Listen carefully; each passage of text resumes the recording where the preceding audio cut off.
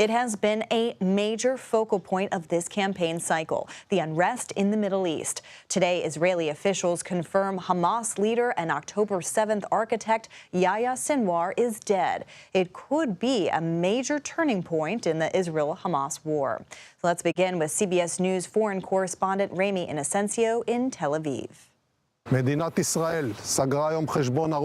Confirmation of the death of the mastermind of the October 7th terror attacks came from Israel's foreign minister following DNA testing. On Wednesday, the Israel Defense Forces killed Hamas's top leader, Yahya Sinwar, and two others in a raid in southern Gaza. Israeli Prime Minister Benjamin Netanyahu said evil suffered a heavy blow, but the war is not over. Last month, the Justice Department charged Sinwar and other Hamas figures, saying they financed, directed, and oversaw a campaign to murder U.S. citizens and endanger U.S. national security, orchestrating killings and kidnappings. The parents of U.S. and Israeli hostage Omer Nutra released a video statement. This is a critical, time-sensitive development as it relates to the hostages. Their lives are in great danger now, more than ever. Vice President Kamala Harris commented on the death following a campaign event. Justice has been served, and the United States, Israel, and the entire world are better off as a result.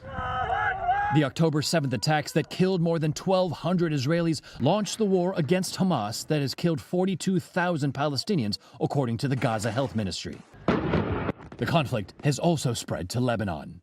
Ramy Inocencio, CBS News, Tel Aviv. And earlier today, Vice President Harris explained how this assassination could impact or should impact the war moving forward. This moment gives us an opportunity to finally end the war in Gaza. And it must end such that Israel is secure, the hostages are released, the suffering in Gaza ends, and the Palestinian people can realize their right to dignity, security, freedom, and self-determination. Let's head to the campaign trail. Ed O'Keefe is in Wisconsin with the vice president, and Bob Costa is covering former President Trump in New York. Great to see you both. Thanks for being here. Ed, I want to start with you, because Vice President Harris has been speaking about Sinwar's death today, as we just heard in that clip. What more are you hearing from her campaign and from the White House? Yeah, the developments in the Middle East today scrambled her campaign schedule and focus a bit, Caitlin. She was making those comments while at a business school in Milwaukee, where she was set to meet with students, and she did, but they kept reporters out of that meeting, instead having them set up for that statement that she delivered instead, trying to refocus it just a little bit and allow her to make that statement to cameras even before President Biden landed in Germany tonight and was able to speak out on behalf of the United States. That statement she makes, though, about how Sinwar's death now should allow this war to wind down, the hostages to be released, and humanitarian suffering to be eased in Gaza and across the Palestinian community in that region, is designed to assuage the real anger of Arab American and Muslim American voters in this state and in Michigan, two key battlegrounds where this issue has really hurt her politically. There were students in the streets on that campus today loudly protesting her position on the war. When we were in Detroit earlier this week, we met with a local imam, and I asked him very just simply, what's she got to do to win around here? And he said, you got to stop Netanyahu. You got to keep calling out Netanyahu's, as he put it, misbehavior. The more she does that, he said, the better off she'll be in trying to convince these people to turn out. So her team understands there's real domestic political pressure on her as that crisis in the Middle East unfolds. Yeah, and Bob, I mean, as we mentioned and as Ed just explained, I mean, this is a huge issue on the campaign trail as well. I'm wondering if the Trump campaign has weighed in at all. Former President Trump's here in New York City. He's going to address a Catholic gathering, the famous Al Smith dinner tonight. He's also sitting for an interview with another news organization, and he is certain to weigh in at some point later today based on my conversations with people close to Trump.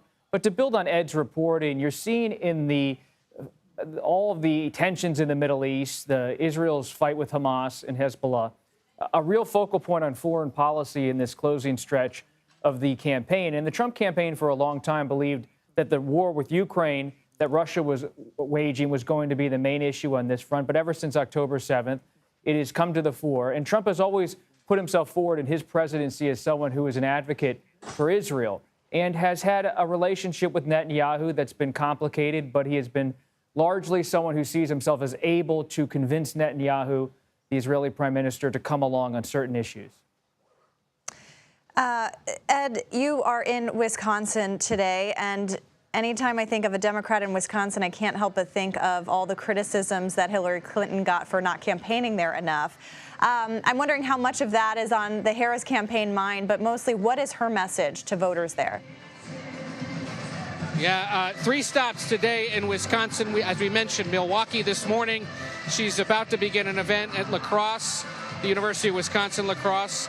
And then she's coming here to just across the street from Lambeau Field, where the Packers play, to rally with a few thousand supporters. This is a smaller event by the scale that we've seen her hold in some of the big states since she became a candidate, but it's designed to reach a part of the state where maybe Democrats don't do as well, or would know that if she comes just a few days after Tim Walz was here, that perhaps it can gin up enough support ahead of early voting and then eventual voting on Election Day. So yes, this is in essence a lesson learned from the Clinton years. You have to be here. And with various surveys continuing to show this statistically tied, showing Tammy Baldwin, the incumbent senator, in a dogfight as well with her Republican opponent, the more that the campaign spends time in this state, the better it can be in organizing those they need. You've got an interesting mix of older and more union household types in this crowd so far for an event that doesn't begin for another 90 minutes or so. Earlier today was a focus on younger voters and an explicit focus on the economy. She's also campaigning today with the businessman Mark Cuban, who's become a bit of a surrogate and advisor on economic issues, someone who has, cross-partisan crossover appeal with other parts of American society. Maybe don't pay as close attention to politics, but certainly know who he is. So he's serving today as a validator here in this battleground state. And Bob, you are in New York City tonight for that Al Smith dinner. Can you tell us a little bit about what that is and why this is typically an important stop for presidential candidates? It's an important stop because it's hosted by the Archbishop of New York, Cardinal Timothy Dolan, and throughout American political history, since Al Smith's rise in New York politics a century ago, it has been a place where candidates come every 4 years and crack a few jokes at each other's expense, banter with the Cardinal, whomever it is at the time, and make their appeal to Catholic Americans, a key voting demographic in many of these battleground states. And you see in Vice President Harris a campaign that is certainly engaged with Catholic voters across the country. She is giving remarks there that have been pre-recorded. She will not be in person tonight at the dinner. Some conservative commentators have criticized Vice President Harris for not being there, but she's on the campaign trail in Wisconsin, her allies say, and that's in no way a sign of disrespect, they tell me. It's just a campaign scheduling issue. At the same time, former President Trump wants to make sure Catholic voters are coming out, especially as he tries to talk about IVF and abortion rights in a way, and he's done that in interviews like he did with you, Caitlin, where he wants to make sure that has a broad appeal, even though he is the president who nominated justices to the Supreme Court who ultimately overturned Roe v. Wade.